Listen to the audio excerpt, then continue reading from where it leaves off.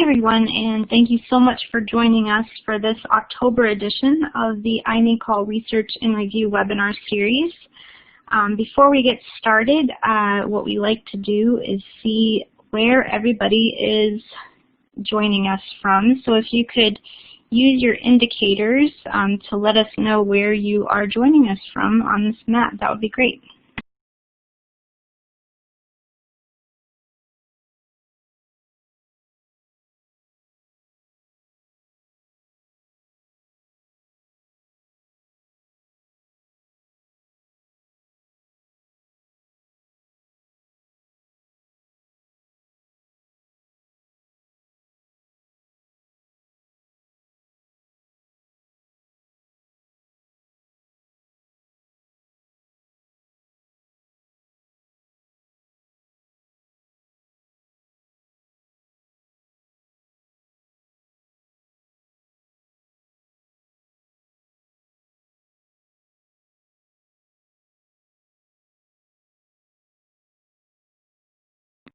Well, Carla, we will have to add Portugal on here next time. Maybe we'll have a world map next time. Thanks for joining us. What time is it there?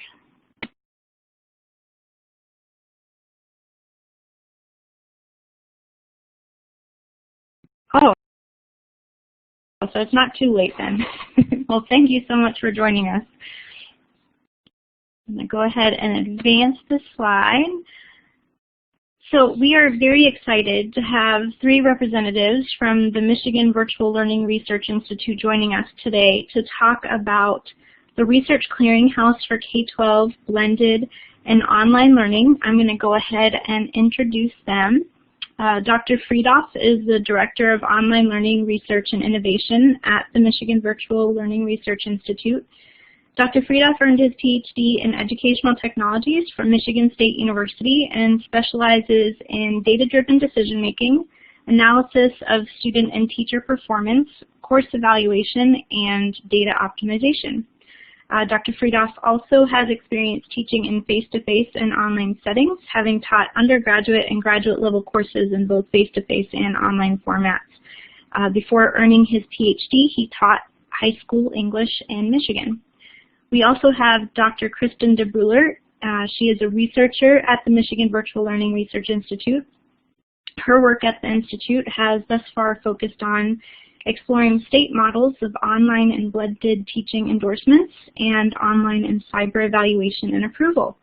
She recently completed her PhD, defended yesterday actually, congratulations Dr. DeBruler, at Michigan State University in Educational Psychology and Educational Technology, on the role of self-regulated learning in K-12 online mathematics courses. Justin Bruno is currently pursuing an EDD in Educational Technology from Boise State University and has earned an MA in Gifted Education at Louisiana State University.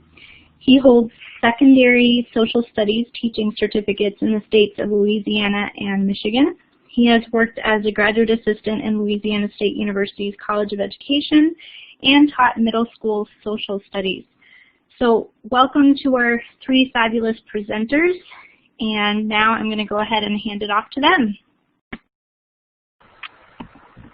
Thank you, Catherine. That was a fantastic introduction. I'm sure Joe appreciates the introduction too.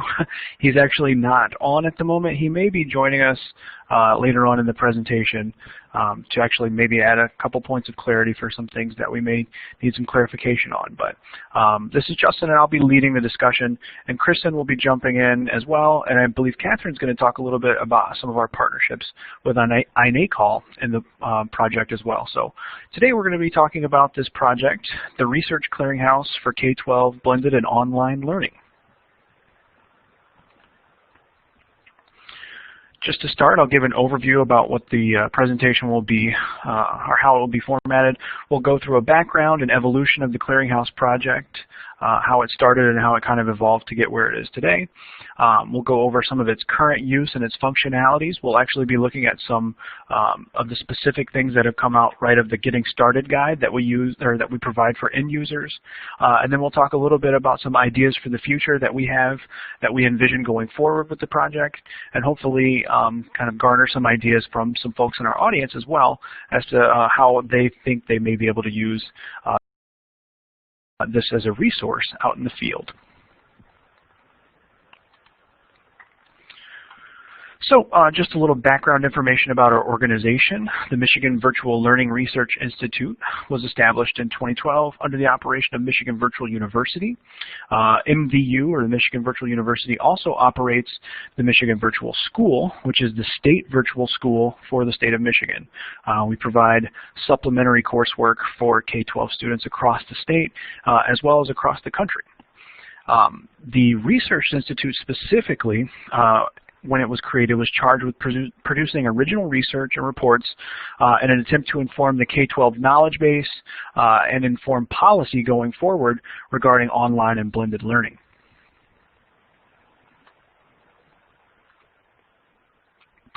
The project specifically for this clearinghouse initiative came about as a result of the rewriting of the Michigan Public Act 60, also known as the State School Aid Act.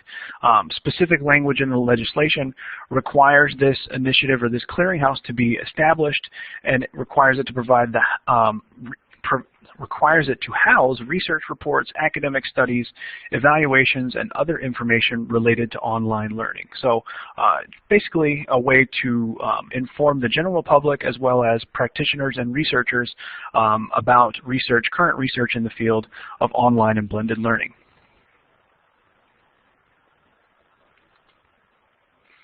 I'll let Catherine talk a little bit about how the project came about and how the partnership came about between the Michigan Virtual Learning Research Institute, iNACOL, and Next Generation Learning Challenges. Thanks, Justin. So really, the research database within iNACOL, the idea of it started off with Next Generation Learning Challenges funding, which is one of our partner organizations. And they wanted us to help build a knowledge base of research for the field. And so we began talking about how to go about doing this within the research committee in iNACOL, and it was headed up by Susan Lowe's and Kathy Kavanaugh.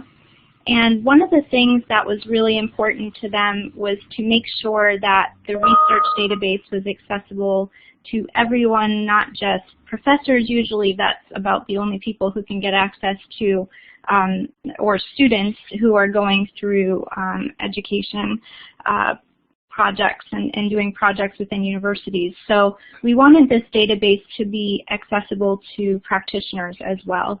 And so out of that came also a partnership with the University of Florida, who was working on the Virtual School Clearinghouse under the guise of Rick Ferdig, who is now at Kent State. I know this is a lot of different background information, but basically Rick said, please use the Research Clearinghouse or the Virtual School Clearinghouse references that we've already gathered, and that was about 300, I think.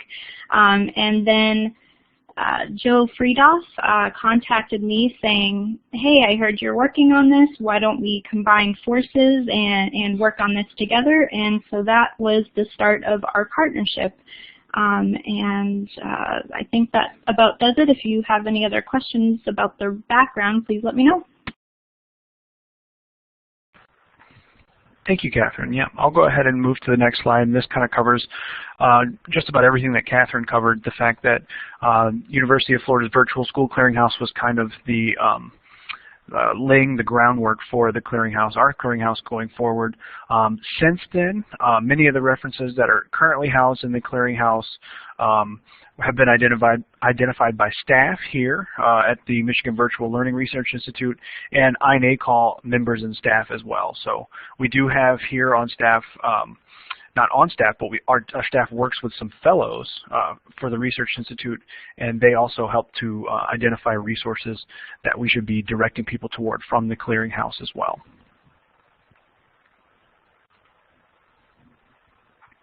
So just a little bit about how the Clearinghouse evolved. Our current contributor is the Center on Online Learning and Students with Disabilities. A contributor, we'll talk a little bit more about what a contributor does later on in the presentation, but a contributor basically provides us with references in exchange for promotion of the Clearinghouse itself. So our current contributor, we wanted to acknowledge them, the Center on Online Learning and Students with Disabilities, been a very positive relationship. The Clearinghouse now houses 493 references, and that's constantly growing. I'm constantly adding things to the database as we speak. So to impactful research in the field of online learning. So I wanted to throw that URL up once again. That's k12onlineresearch.org.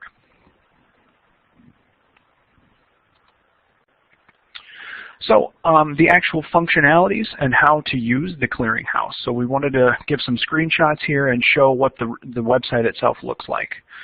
We do recommend that Google Chrome or Mozilla Firefox be used when trying to use the Clearinghouse, as they seem to be the best in terms of compatibility. Our search functionality includes a number of search criteria. You can see some of the drop-downs there, but basic things like title, author, keywords, dates, but is a number, too many to list here, a number of different separate fields. We do recommend that you use an asterisk whenever you search, because an asterisk acts as a wildcard, and it actually returns far more results because it returns results with anything that include your search term. So if you were to search for simply a word, it may return far fewer results and more specific results, and that's because of the specificity that Reference Manager, kind of our back-end software, has built in. So we do recommend using that asterisk if you're looking for kind of casting a wider net in your search. Another helpful feature that's located right there on the home page are topic keyword searches, and these are quickly hyperlinked so that by clicking any of these keyword links, you'll return some search results for anything that, any record or any reference that has these keywords attached. Our keywords are not an exhaustive list. We are looking at ways that we can build that list a little further and actually looking for assistance in tagging some of those resources going forward. We'll talk a little bit more about that initiative a little later on as well. From the home screen as well, there are the date added keywords, functions just like the topic keywords. By clicking any of these links, you'll be taken to a results list with references references that have been added under these dates or at the time of these dates. So this allows you to see the most recently added references.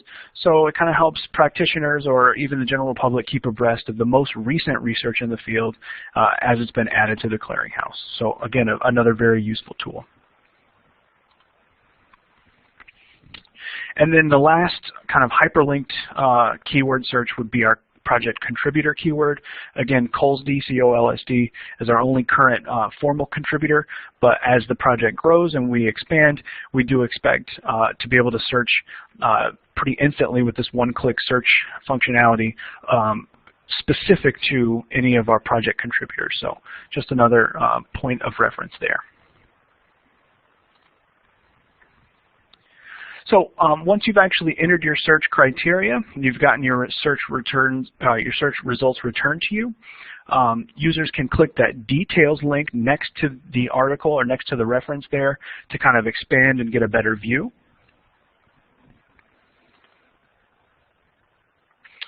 They can also click these two buttons here, the record buttons, forward or backward, to kind of easily scroll back and forth between results. That way you're not having to constantly return back to the full results list upon your results page. So kind of making that a little better, easier functionality.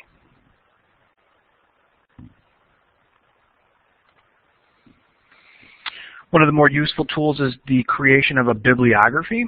So once you've actually returned your search results, you can see there is the availability of making selections next to each of the records that you'd like by checking that checkbox. And then clicking the Bibliography button at the top of the page, which will return to you a nice bibliography laid out in the APA 6th edition citation style. So that way you can pretty easily take your alphabetically arranged bibliography and input it into whatever research project you're working on. So again, designed for some user functionality and ease of use there as well. There's also the functionality of exporting records, so users can export selected records in either RIS or XML formats for the purposes of adding them to your own reference library, whether you're using Mendeley or EndNote. That way you can keep track of your own references and your own specific keywords that you have assigned to them, and kind of manage your own little clearinghouse of your own, which is really cool function. So again, to do this, you would simply check the checkbox next to the references that you'd like to include, and then export, and then from the drop-down next to the export button, choose either RIS or XML. Catherine, I'm glad you like that feature. I'm hoping that you're getting some good use out of it. So for further assistance for end users, again, check out our Getting Started guide, which you can find hyperlinked at the home page at k12onlineresearch.org, or if you're going back and reviewing this webinar for your own purposes later on, taking that URL straight from this slide and heading over there to get started.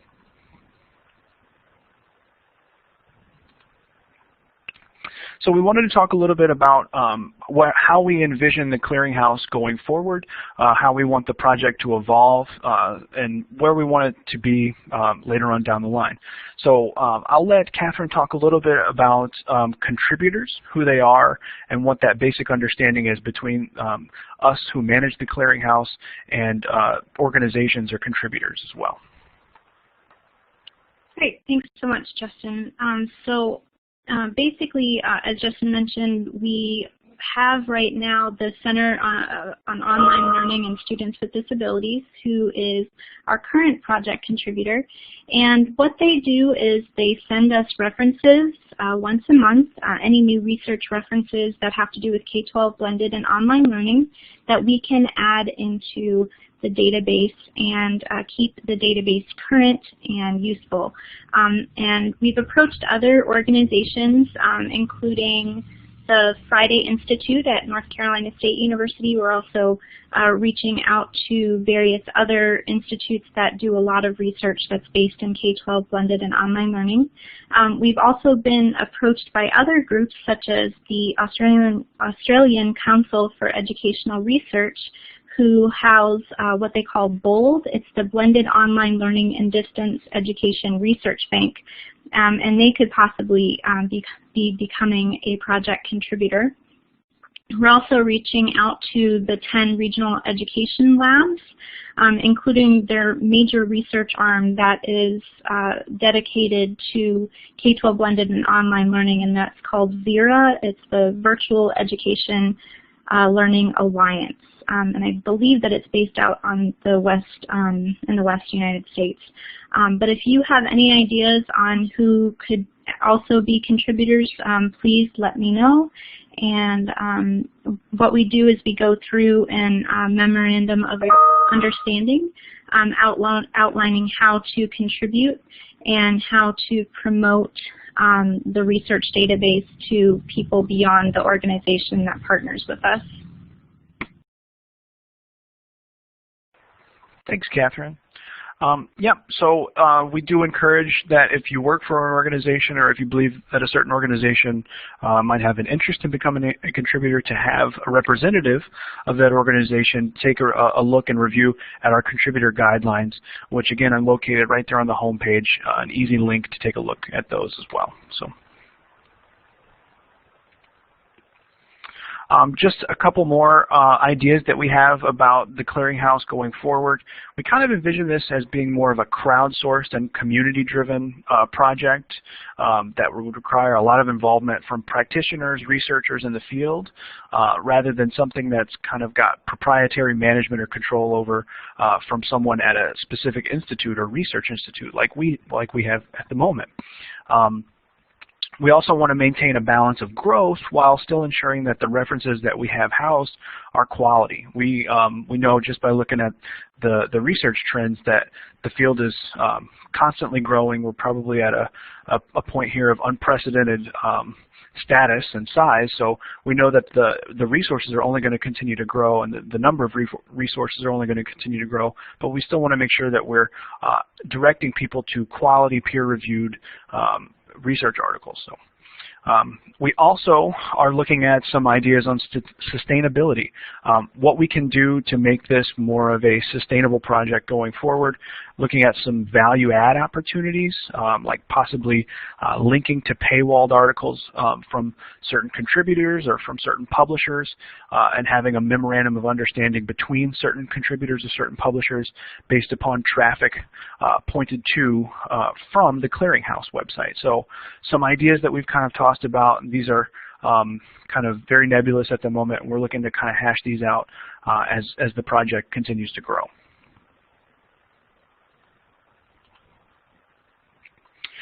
We do have an immediate need for folks who would like to tag resources that are already housed in the Clearinghouse with keywords.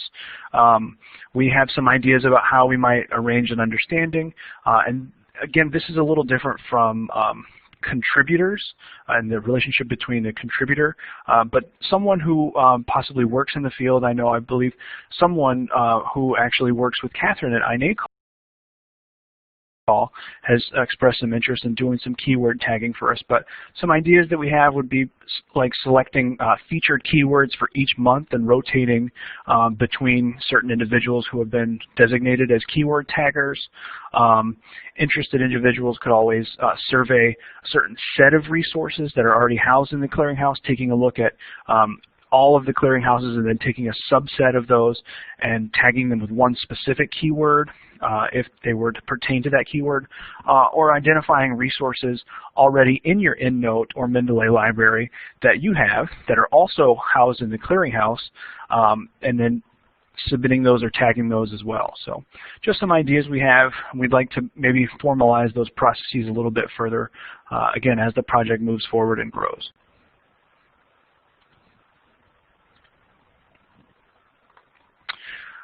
Like I said, seeking individuals, so if you do have some interested individuals, or if you are an interested individual, please contact Catherine at kkennedy@inacol.org. Many of the references that we have already are not exhaustively tagged because we're kind of limited in terms of resources and time here at the Research Institute. We really, whenever we're uploading a lot of articles at one time or a lot of resources, we are really only mostly focused on tagging with the date added keyword because it's the easiest one to tag, and it kind of helps keep people fresh in terms of what they're looking at. It allows people to be directed toward the most recent references. So in terms of all the other keywords, again, it's not an exhaustive list, but we want it to be. So if you have some ideas or questions about the project, ideas for the future going forward, if any of those things that I talked about might have spurred something that you'd like to talk about or suggest, feel free to enter it into the chat box as well. Kristen, who is also here, she may be able to clarify some of the things that I left not so clear, so I'll leave the floor to her and to Catherine. So thank you guys so much for the opportunity to talk about the project as a whole. Thanks, Justin. I do have one question that usually comes up quite a bit from people who are asking, what references should be included in the database. And one of them is about whether or not we include higher education related articles that have to do with distance learning. And our decision on that is basically to think about it in terms of looking at the article and thinking, okay, do these findings have implications for K-12 online and blended learning? And if so, then yes, we'll include it. But the majority, we of course want to be K-12 focused because those are most important to the field. But again, if they do have implications, we will consider including them.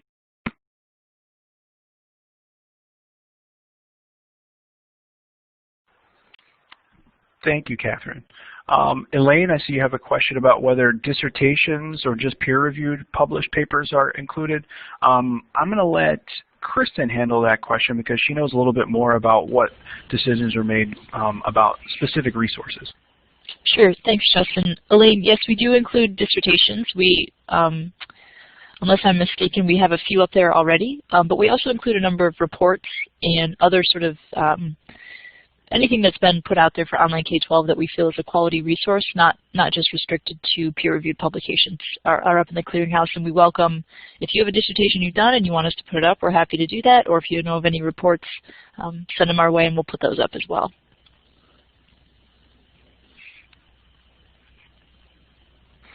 Thank you, Kristen. And Catherine, I believe you have a specific email domain that folks can email references or resources that they would like to be included in the clearinghouse, right?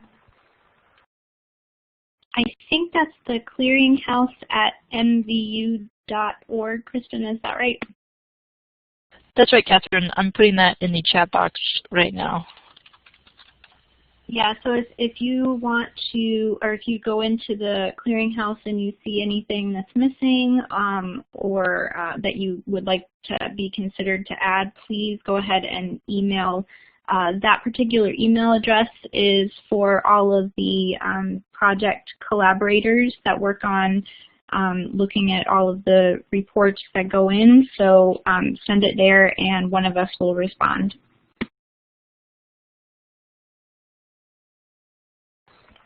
Thank you, guys, and thank you, Elaine, for your question.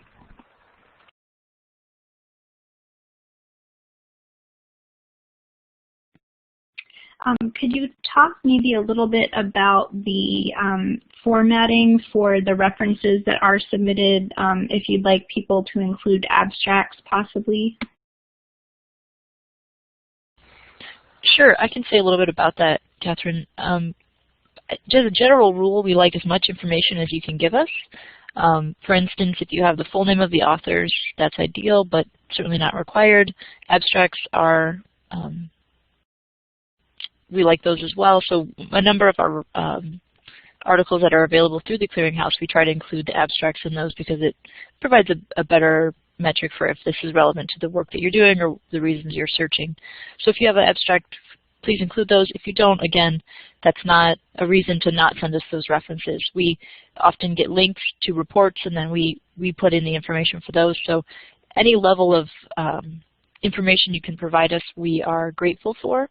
I guess if you are ever concerned that you're giving us too much information, I wouldn't have that concern. But again, we'll take even a link through this email that we put up in the chat as long as we're getting the resources. And there are direct links to online versions of articles too if they're open resources, right? Right. We include links to the resources, links from the resources if the resources are available for free online. And typically, if it's like a journal article, we will link to the publisher of the journal so that if you want to pursue that resource, their information is there through the publisher to do so. But yeah, we try to link to all of the resources that are free so that you don't have to go searching for it yourself. Perfect. Thanks.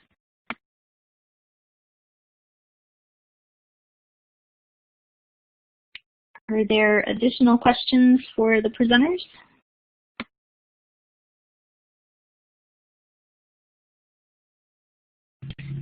I'll comment on something that interests me a lot within databases. I was wondering if we could think on getting the latest references that certain publishers have published. I'm wondering if that could be automatically brought in or auto-generated into the database. I'm not sure if that's a possibility or not, depending on the way that it's set up, but something that I've been thinking about a bit. But it looks like Carla has a question about what about studies related to mobile learning? Could you create a section to publicize conferences in this particular theme? Thanks for your question, Carla. We don't currently have a lot of resources, I don't think, specifically related to mobile learning. I'm going to assume by that you mean sort of, I guess, either learning on the go or learning through mobile devices. We could create a keyword for this. I think that would be something that was really helpful. So if we got enough resources that, focused on mobile learning, it would be like something that was relevant to this Research Clearinghouse. We could add a keyword pretty easily for that and then use that for the topic keywords. I'm not sure about publicizing conferences on the theme. I'm not sure about that particular part of the question, so happy to answer if you can provide some clarification there. But I think adding it to the Clearinghouse would be a good first step, and then adding that keyword would help those resources.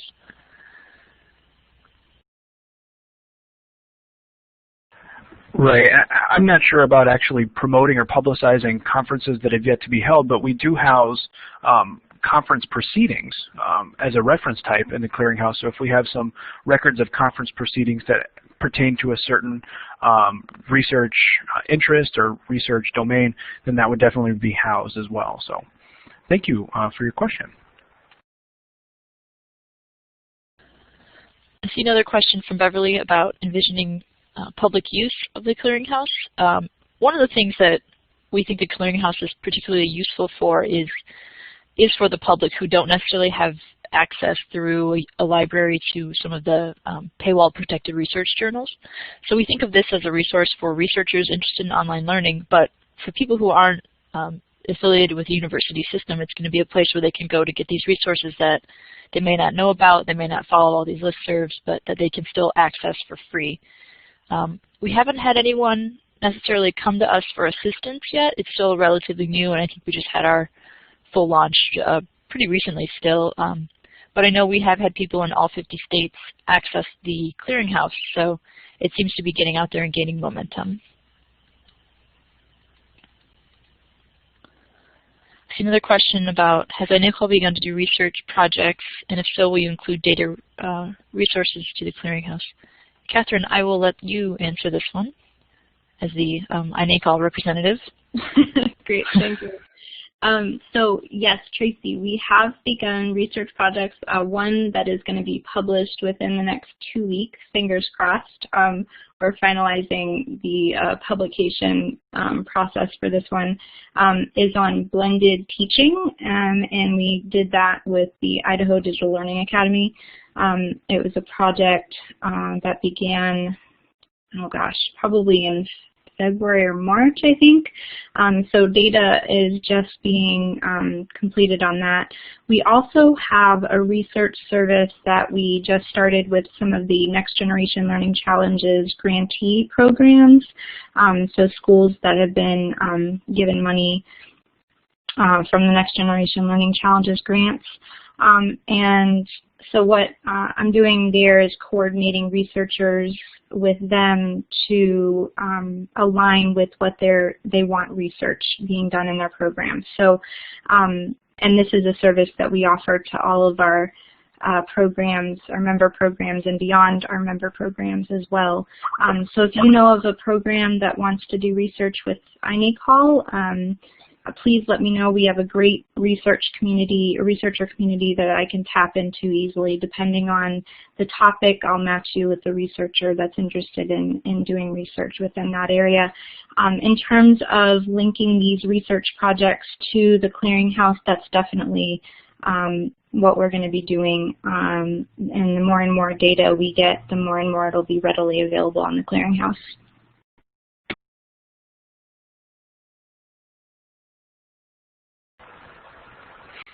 Elaine, thank you for your comment. I know I've probably spent hours at a time adding different references or resources to the Clearinghouse, so it feels good to hear someone who's actually benefiting from some of my hard work or who may benefit from my hard work, so thanks.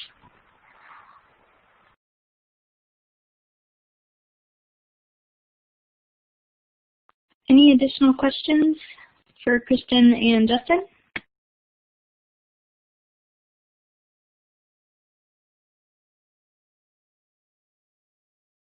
All right. Well, I would like to take this time to thank Dr. DeBruler and Justin Bruno for this wonderful presentation and also your amazingly hard work on the Research Clearinghouse. It is a great resource, and it will be beneficial to the field now and in the future.